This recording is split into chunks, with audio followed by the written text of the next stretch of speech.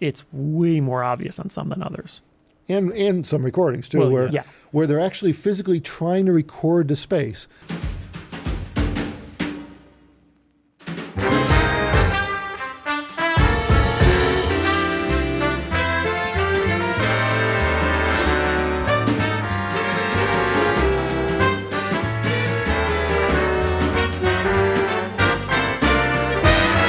Happy Friday to everybody. Woo. It is a Friday. Yeah, I hope it didn't blow my microphone. Oh, yeah. Pizza party? See this headphone? Yeah. Diana TC? I can't see it. It's camo. The color, that's right. Yeah. The color is called Desert Storm. It's available on our website right now.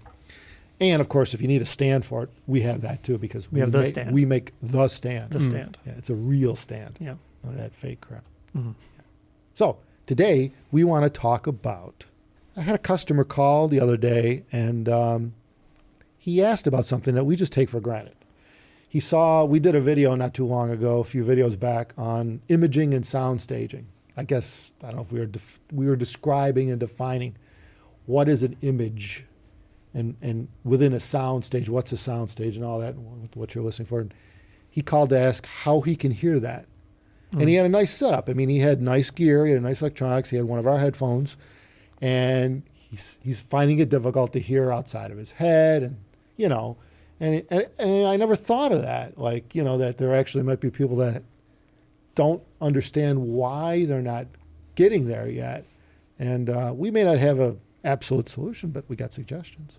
Yes. This is a fickle one, like many. And I think if you don't have the experience, it's very hard to understand the hows and the whys, what you need to do to figure it out. Getting the experience of actually having a system that other people say, wow, this does this really well, I think that's a great thing if it's possible. But of course, it means you need to go to trade shows, you need to talk with people, there needs to be high-end systems there, that sort of deal. So not feasible for everyone. But beyond that, it is really doozy, because how do you know? Like, if you're not sensing it and you don't have the experience, where do you go from there? Yeah, I mean, you may think that imaging is simply limited to between your ears. Well, I mean, we've had some people say that. I don't hear outside my head. Right. And I'm thinking, well, that's too bad. I mean, you know, something's lacking there. It could be a number of things. Well, I mean, even it always comes down to this for some reason, but the music you're listening to, some music just sounds like that, you know? True. And other songs sound expansive, you know? Yeah, it's the way it's recorded. Yeah. You know, it's also the playback chain. I mean, it depends on how good it is, or it doesn't have to be expensive, but, you know, your attention to detail. And anyway, let's start from the beginning. Why would you not hear this? Why would you not hear this? And why do some people not hear that?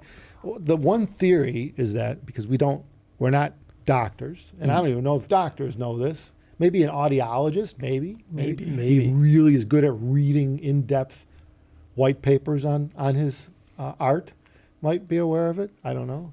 But the theory is that it's the structure of some people's inner ear, or in the ear, their ear lends itself to not being good at picking up, or the brain interface to their ears aren't, you know, attuned to spatial information for whatever reason.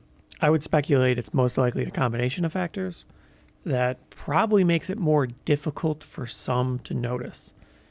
Because in my experience, a lot of people that say they can't hear a thing or whatever, it's that they don't really understand what you're describing, how that conveys. Because, of course, it's just like describing color to someone. If you describe what color this is, how do you know they know what that means? It's very difficult to really get it across. Well, especially if they're colorblind and they've never been told they're colorblind. It's very difficult. Red might be blue to them. Right, but... or the opposite. That's the trouble, right? How do you really know? How do you convey complex things like this? It requires a complex vocabulary and really understanding by both parties of this vocabulary. That's the trouble. If you don't know what the words mean, it's very hard to really kind of grasp it. So people usually go off touchy-feely things, experience. They talk about like, oh, this feels warm or something. Well, what does that mean? Right. Well, it reminds me of Star Trek: The Next Generation, you know, where, you know, it's like Data asked, it's like, what does it feel like to be angry? He's like, I don't know, you're just angry. Yeah. It's like, that's not a definition. You can't really... Yeah, it's very difficult to describe. Emotions are hard to describe to somebody who has never experienced an emotion. Yeah, that would be very difficult. It would be very difficult. And it's kind of the same with listening, I guess, too. You know, it's like, I remember back in the day, I mean, I think the biggest, and I think that's why head-fi meets, small meets in general are always popular, because people get to share these ideas in person with each other. You know, one guy goes to the other, hey, you hear how that is like out here. You're experiencing the You same know, thing and and then I go, talking no, about it. yeah, right. And you're actually describing it at the same time. You have visual cues. You have, you know, you could. There's an interaction going on.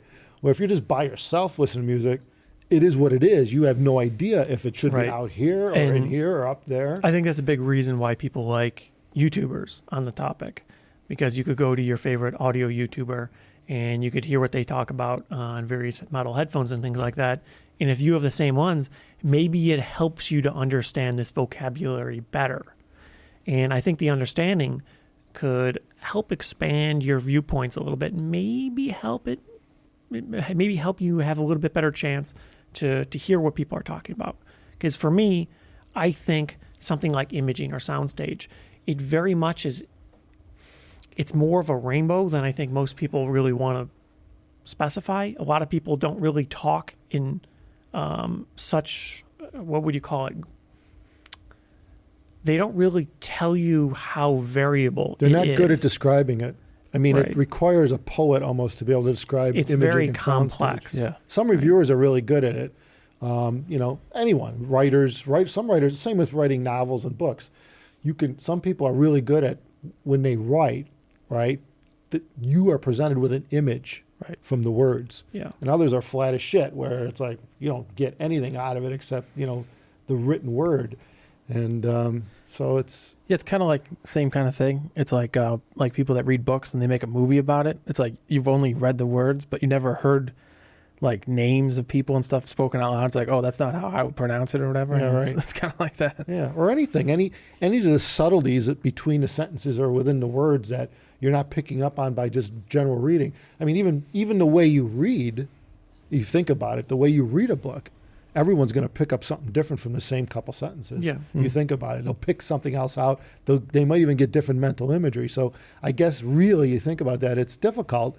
And I think, so basically, the one customer that called me, what I told him was, I said, you know, it may just be a matter of, I told him about the potential for the way his ears are, and the structure of the ear, and that's a theory. But the brain can make up for all kinds of things. Mm-hmm. And I said, you know, maybe it's just a matter of training yourself to hear this. And I said, I'll send you some links. And one of the links was to go to our ultimate headphone test video that we made a year or two ago. Yeah, DMS made it actually for us. Yeah, we'll link it in here. And it's good. I mean, it's probably got 175,000 views. It's a busy video, and for us. But the point is that everyone likes to watch it with their head. You wear your headphones, and you watch it. And then instruments are presented in space with a binaural head, a head with a microphone on either ear, sitting there as if you were sitting there. The head mimics you listening in a room. And he walks around with instruments and shows what height is. Here's what it sounds like up here, down here. Right. And you, by being a binaural recording where there are two actual ears picking up the sounds in a room, when you play it back on headphones, it gives you the same sound as if you were that head on your head, which is cool. Like no tricks or anything, no like DSP. Yeah, there's no editing to the audio. No, you're hearing the way the head heard it, with all the bouncing and the echoes off the walls and stuff, which is what your brain uses to localize things that are going on. So you can train yourself with videos like that to say, okay, here's what it sounds like 6 or 8 feet up versus standing in front of the mic. And particularly, like I found out, like things that are interesting is what's behind you. Behind, yeah. Because you're not used to hearing things behind you with headphones. It just doesn't really, what the hell's behind you? You know? I think enough things like that through your audio chain, your headphones, the whole deal, it'll help bypass some of the issues. Because it could very well be it's something in your senses that's not allowing you to notice this nuance because the way the headphones feel, the environment you're in when you're listening to them, whatever, right? And seeing something like that, actually sort of being immersed in the room but wearing your headphones, probably helps break out of that a little bit. Yeah, it's you're coordinating what's going on. You actually see what's going on. Right. That Where in any other recording, you're not there. Normally, you don't know what's You don't happening. know how it was idea recorded, where yeah. the guy was with that triangle that he's hitting. Could have been in front of the singer, right? Don't know where he was standing. So yeah. Yeah, and it helps. Yeah, you're using the exact The same visual. setup that you'd be listening to music on. Because to some extent, I think you almost need like an aha moment with a lot of these types of things to Agreed. really understand what these people are talking about, to really grasp, oh, that's what they meant. And when you're listening to music, I think a lot of people to some extent recreate a mental picture of what's happening. And if you don't know what it is, it could be like anything else. It could be what you're imagining is very different from the reality. So now you build your vision in your mind about something that isn't real, and that could skew your perception over time. And it could be something like that, something as simple as a video showing you what's happening with a lot of complication, a lot of nuance, a lot of motion and things like that. I think That could help. It's a great starting point because it makes you understand, and I mean, it's probably a half-hour video, and it goes through all kinds of things. So it's a good training session on how to listen. And just search, you could probably just Google Abyss Ultimate Headphone Video and pop right up I'd like there. to do an updated one in the near future. Yeah. Maybe we'll do more stuff. It's a complex video. That thing took days Yeah. for that to put together. It's hard to do videos like that properly.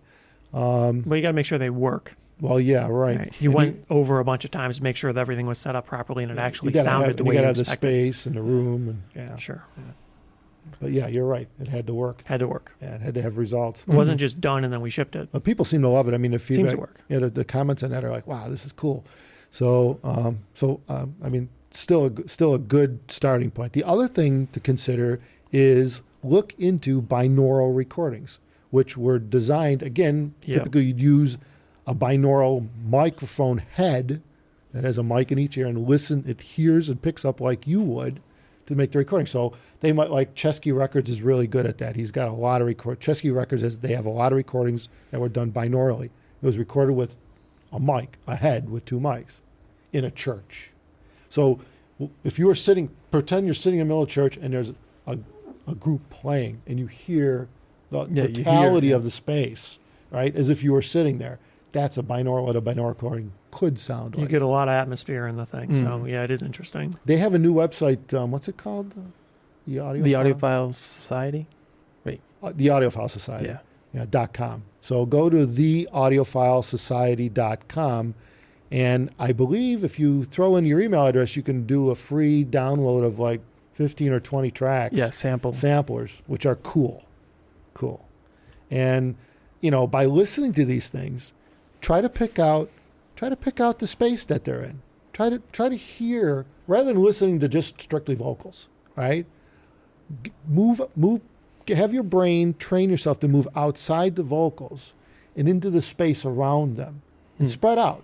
Then try to hear the space between the vocals and the drummer or some other one in the band. Yeah, it could be The something as different simple. images. You're just too focused on one thing. Yeah, So right. you gotta take a step back. Sometimes that's the reality Yeah. because there's no doubt there's cheap setups that could do imaging pretty well, but it could be there's a lot of issues with some portions of the frequency response that kind of make it so it's harder to notice because there's other things that you're noticing more. Things stand out Yeah. and they take your attention. Right. So that's part of the issue. And they're designed to do that. Yeah. They made a recording on Potentially. purpose. Like a lot of, female recorders, a lot of vocalists who have good voice, they tend to bump them up a notch in terms of volume. That's the main part of the whole damn song. Right. But it ignores everything that's going on around. Well, it and makes it behind complicated because if that's the type of music you listen to that's naturally trying to hide that almost to an extent, then it's going to be even harder for you to really have this aha moment to really grasp what's happening. And then on the tracks where it's more apparent, well, maybe you don't have the experience to really hear it, or your system isn't that great. Because you could hear it on most systems. It's way more obvious on some than others. And some recordings too, where they're actually physically trying to record the space. Like a lot of recordings, they're trying to kill the space. Right. They're done in a studio that's absorbing everything. The vocals, they stand in a booth, so the vocals are just on a microphone. You don't hear shit around. Yeah, There's everybody's separated. Yeah, right. So then they cut and paste this together to create the song. Right. And it's not live. It's not A like lot of them don't live really do it too recording. well. Yeah. So you got it. That's what it sounds like. So your brain's picking up on the cut and paste, and it's picking a vocal or something, Right. and you don't hear anything else. You don't hear the space. Yeah, I heard. I don't know. It might be related, but some people can't see 3D like video. You know. Oh, really? Yeah, it Well, might yeah. be a similar kind of Yeah, thing. totally. Yeah, it's Yeah. totally because it's a trick Yeah. that your brain. And I mean, yeah, it's true. I mean, and, you know, I bet you any money if you look back on it, it might have been someone who had lazy eye when they were younger, Something, yeah. and they don't remember, where they actually had to train their brain to move. Because you know how the brain is. The brain will pick an eye that works, right? It Right. doesn't care. Right. And if you cover one eye, you can still see. If you open the other one, you could still see. Yeah. And I've caught Tends to myself. be true. Sometimes it's weird where you can actually do this, and like I could do this. I'm looking at the camera right now, and it doesn't matter to me. I still see this. Yeah, My right. brain's still seeing exactly the same image what it covers because it's saying, all right, I'm not going to use this eye, Right. Because Right. obviously there's something wrong with it, and it's the Yeah. same with ears. Yeah, it too. happens a lot. Like I have contacts, and if you lose a contact, Yeah. so one eye you can see fine, the other one can't. You still see normally until you like cover your good eye. Then you're like, oh man, this looks terrible. Yeah. But yeah, you don't really notice. The brain will key Yeah. in on what is working for Yeah. you, and hearing's probably the same thing, except who the hell does that? Presumably. Yeah. Yeah. You know, I mean, you cover one ear, you still hear the other one, and if you turn your head, like a lot of people have hearing damage in one ear or no hearing at all, and they can still pick out imaging, but they tend to have to turn their head so the good Right. ear faces the image, the sound. I should say soundstage. Mhm. The good ear faces the soundstage. You also have to have a system that's really throwing out some low-level detail, really fine detail that gives you the spatial cues that your brain uses to pick up from one ear. So that's the beauty. I think that's where this whole thing is coming with. You train yourself to hear that way. Is the brain will adjust and adapt to however you teach it. You know, That's a pro and con, though, right? Mhm. Because if you're giving it wrong information, it's going to be a that's struggle. what it keys in on. Yeah. Yeah.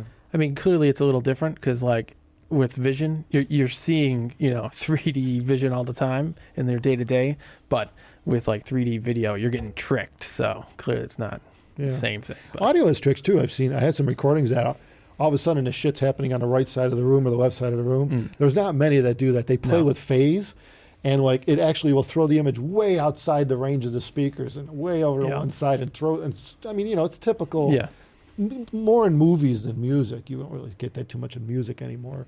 But I mean, in movies they try to do that to you. They want shit to be flying around the room, especially if you have multiple speakers. well, yeah. Or you're trying to dumb down a Dolby, multi-channel recording into two, and it's trying to fake it a little bit. You remember the old school processors? They used to do that. They used to be fake. Oh, they would Oh, be yeah. terrible. Yeah, they were pretty brutal. Yeah, I don't even know what they were thinking with that. Yeah, stuff. it was just like echoes, basically. yeah, right. Yeah, Didn't do anything. Yeah. it's kind of like turning the little like trail on your mouse on. Yes. It's like Although that. that's actually kind of fun.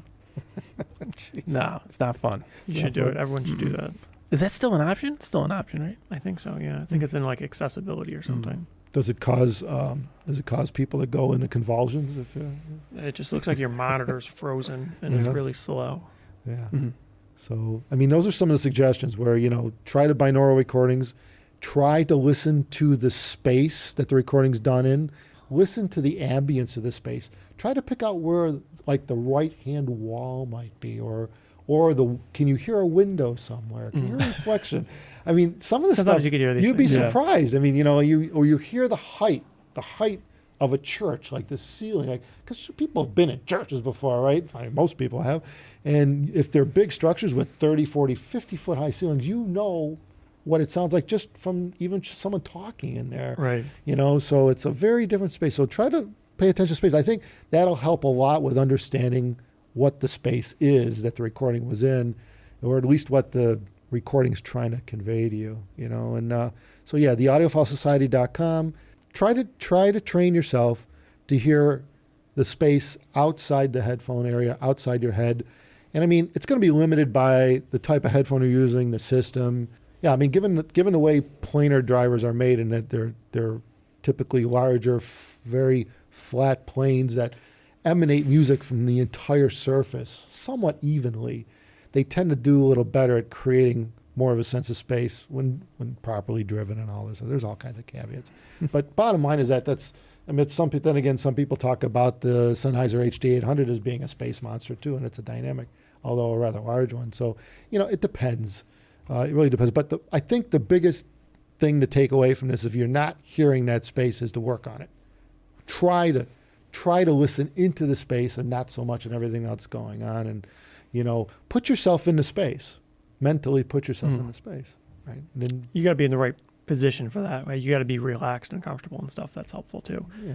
If you're the kind of person that you dedicate 5 minutes to listening, it's kind of hard to be in the right position for that. Yeah, have a beer or two, There you go. glass of wine, whatever floats your boat. Yeah. Relax. And maybe use the community as a little guideline too. Yeah. Find albums and songs that other people recommend. Live can be helpful. recordings, especially because live Yeah. recordings are made in a space, and usually they're mic'd to pick up Yeah. the space. A lot of times it'll be exaggerated in a lot of recordings, and then it'll be easier for you to hear it in other recordings where it's not as obvious. Things that aren't, you don't want live recordings that are in your face either. You want to hear the space. So, Tidal's your friend at that point. If you have subscribed to Apple Music or Tidal or something, click around, look for stuff that's live, and and just play with it. I think you'll find that your brain will start to understand space, the final frontier. Mm. On that note, please hit subscribe, because we could always use guys and gals that are subscribers. And don't forget to come back every Monday and Friday, because we're here with new videos every Monday and Friday. Oh, wow. And we even got some shorts in between. Mm. Yeah, YouTube shorts. Sometimes they're exciting. Yeah, sometimes they're not. Well, they're always exciting for us. Yeah, Other people want to take it. So that's right. thanks, everyone. Take care.